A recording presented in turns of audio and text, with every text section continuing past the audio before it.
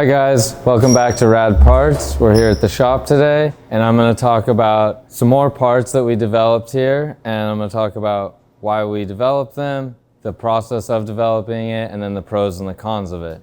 So today we're going to talk about RAD Industries upper water necks. There's two choices.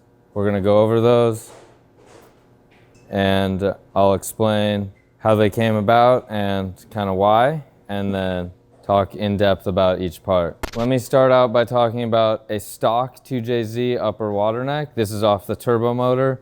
Both of these parts are going to work on 2JZ and 1JZ turbo heads.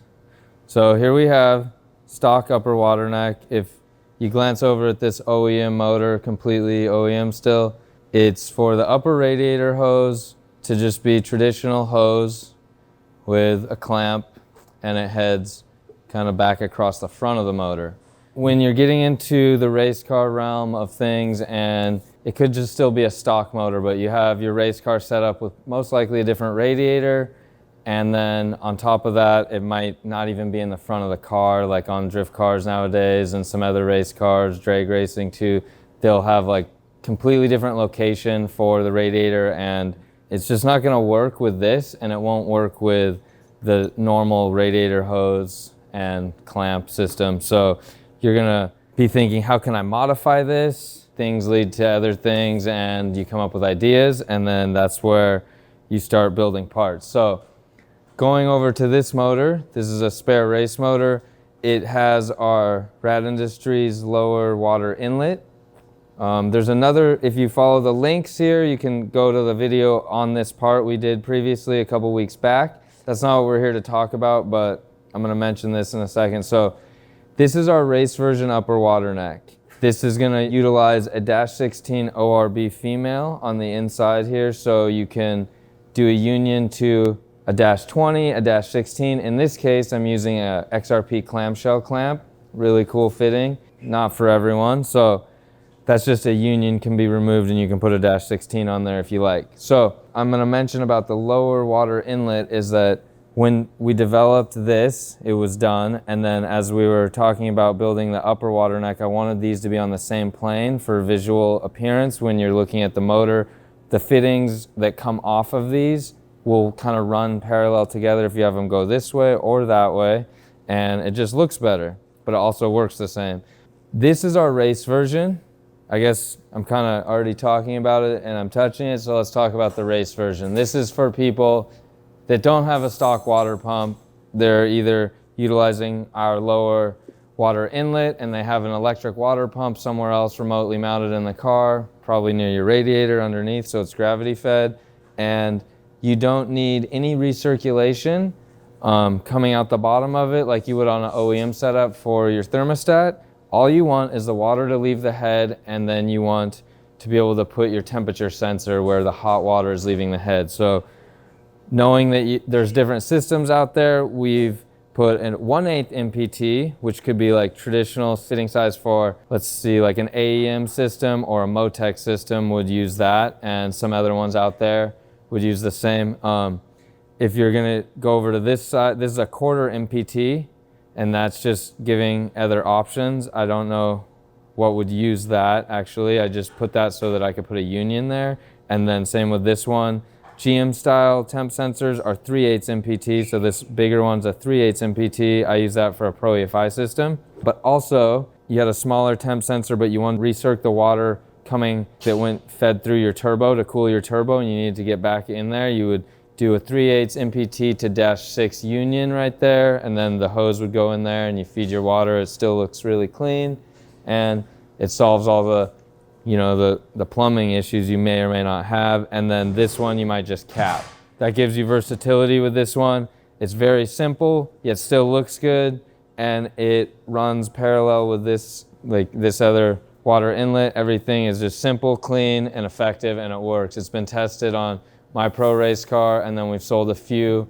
This is kind of new, maybe been out a month, and we sold a few to other countries and to some people in the US. So it's just starting out, and maybe after this video, a couple people will have seen it and be interested in it. Okay guys, so let's talk about the pros and cons and a couple other little benefits of this piece here.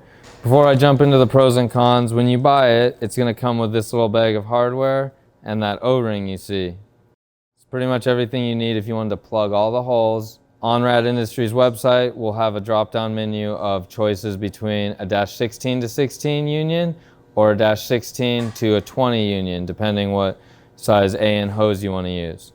Okay, so let's talk about the pros and cons. The pros of this current setup is it's a little bit tighter fitment than a stock upper water neck would be. Let's say you're the guy that wants to just cut this and weld an AN on there, but you have a very large turbo and your turbo interferes. This will save you because it's tight tolerance and it has room for a larger turbo. Another thing with this is this uses a traditional gasket from the 90s, which modern motors don't really use gaskets like this as much anymore because they know that things are going to come on and off and you have to buy another gasket. So this uses that O-ring that you saw. So it's got this groove in here, the O-ring seats on there, and then you clamp this down with these Allen bolts. And before you tighten everything all the way up, this rotates. The reason this rotates is because it's so tight tolerance, you have to first run the Allens through there. Let me demonstrate real quick. So you gotta spin it just so you can get the Allens in. You have them both in, and then you'll kind of have them like hanging out like that, and then you'll start tightening it down, and then final assembly will happen. Like the last bit of tightening it down will be when you're clocking it to point where you want, and I'm hoping you guys want it to point level, but maybe the way your setup is, you might want this to point down like that, and this part gives you the opportunity to do so. That would give you all the room. All that you need is the head to like let the water exit and go back into the system. So this is the race version part. I'd say the positives are you can reuse it a lot of times because it's got the O-ring set up here. If for some reason you're to damage the O-ring, you just buy another O-ring. It's like $1. The other positives are you have choices between AN fitting size. You also have tighter clearances, and then this looks really nice. So you're gonna make your motor, you know, that much nicer and stand out and, you know, get a little bit of attention under the hood. The negatives.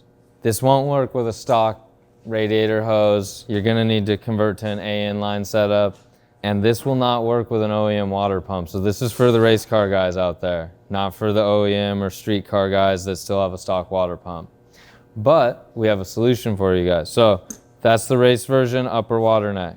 Let's talk about the other upper water neck. It's the original upper water neck that we offer. This is a used one. It was on my race car. I just had it out, so I'm gonna show you guys that we do sell it in the billet or the raw billet. Here's an anodized black version of the same thing. So the difference with this guy is the upper water neck. It's a little bit bulkier. I mean, it's close, but it's a little bulkier than the other version. It still uses a -16 female ORB, so you can still go to 16-16, 16 to a 20, or if you want to use the clamshell clamps like I do on my race car, you could do that. The cool thing about this part, still allows you to put an OEM temp sensor, which is a M12 by 1.5 thread pitch. So you got that right there for a stock JZ temp sensor. The reason this one has the ability for a stock JZ temp sensor is because this is meant to work with the OEM water pump, which is why you see this hole in the back, which is where this pipe goes, is the water pipe for a JZ. It can work with a 1J or a 2J. 1J will have a shorter pipe though. And then let's move over here slightly. Here's a stock water pump. That's why I have it sitting here, so I can demonstrate for you guys. Boom. Right there, everything fits and it'll work. So you can run this on your stock Supra, or if you have a motor swapped vehicle that's using a stock water pump and you want to add a little bit of, you know, flashy parts to your upper water neck and convert your upper radiator hose to AN, this is your solution. Let's say you like the way this one looks and you do not want to run it with a stock water pump. We also have the solution for that, which is this. It's the plug for the OEM water port. So it will stop you from having the recirculation. You plug that, and then it also gives you a choice to maybe plumb your turbo water back in here or run a temp sensor if you wanted to remove this 3/8 MPT plug. We still have the 1/8 MPT plug for those guys running a 1/8 MPT sensor. This one comes with the hardware to mount it, and it comes with a little crush washer for your OEM temp sensor, and then these little M4 hardware will come if you order this piece, and this will hold this on, and this is double O-ringed. Ran this one on my race car for a whole year, no issues.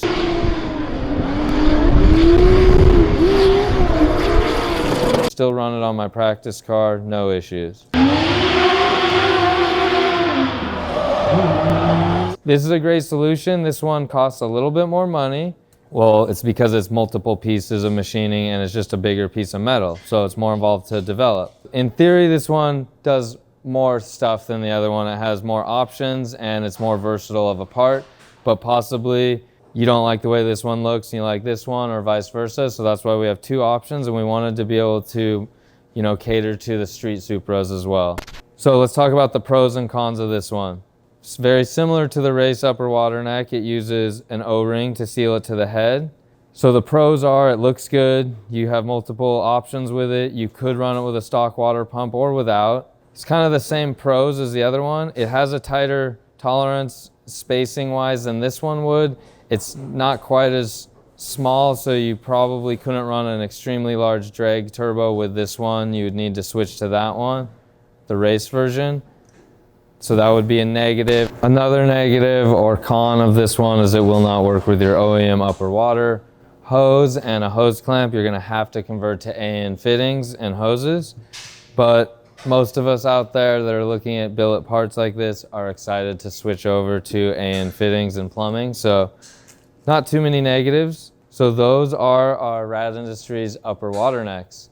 But hey, one cool thing I wanted to show you guys. We came out with a new shirt. It's the RAD Vibe shirt, and it has the gradient color change of my car. So it's kind of like goes hand in hand with this year's livery. Check it out. Thought I'd show you guys real quick.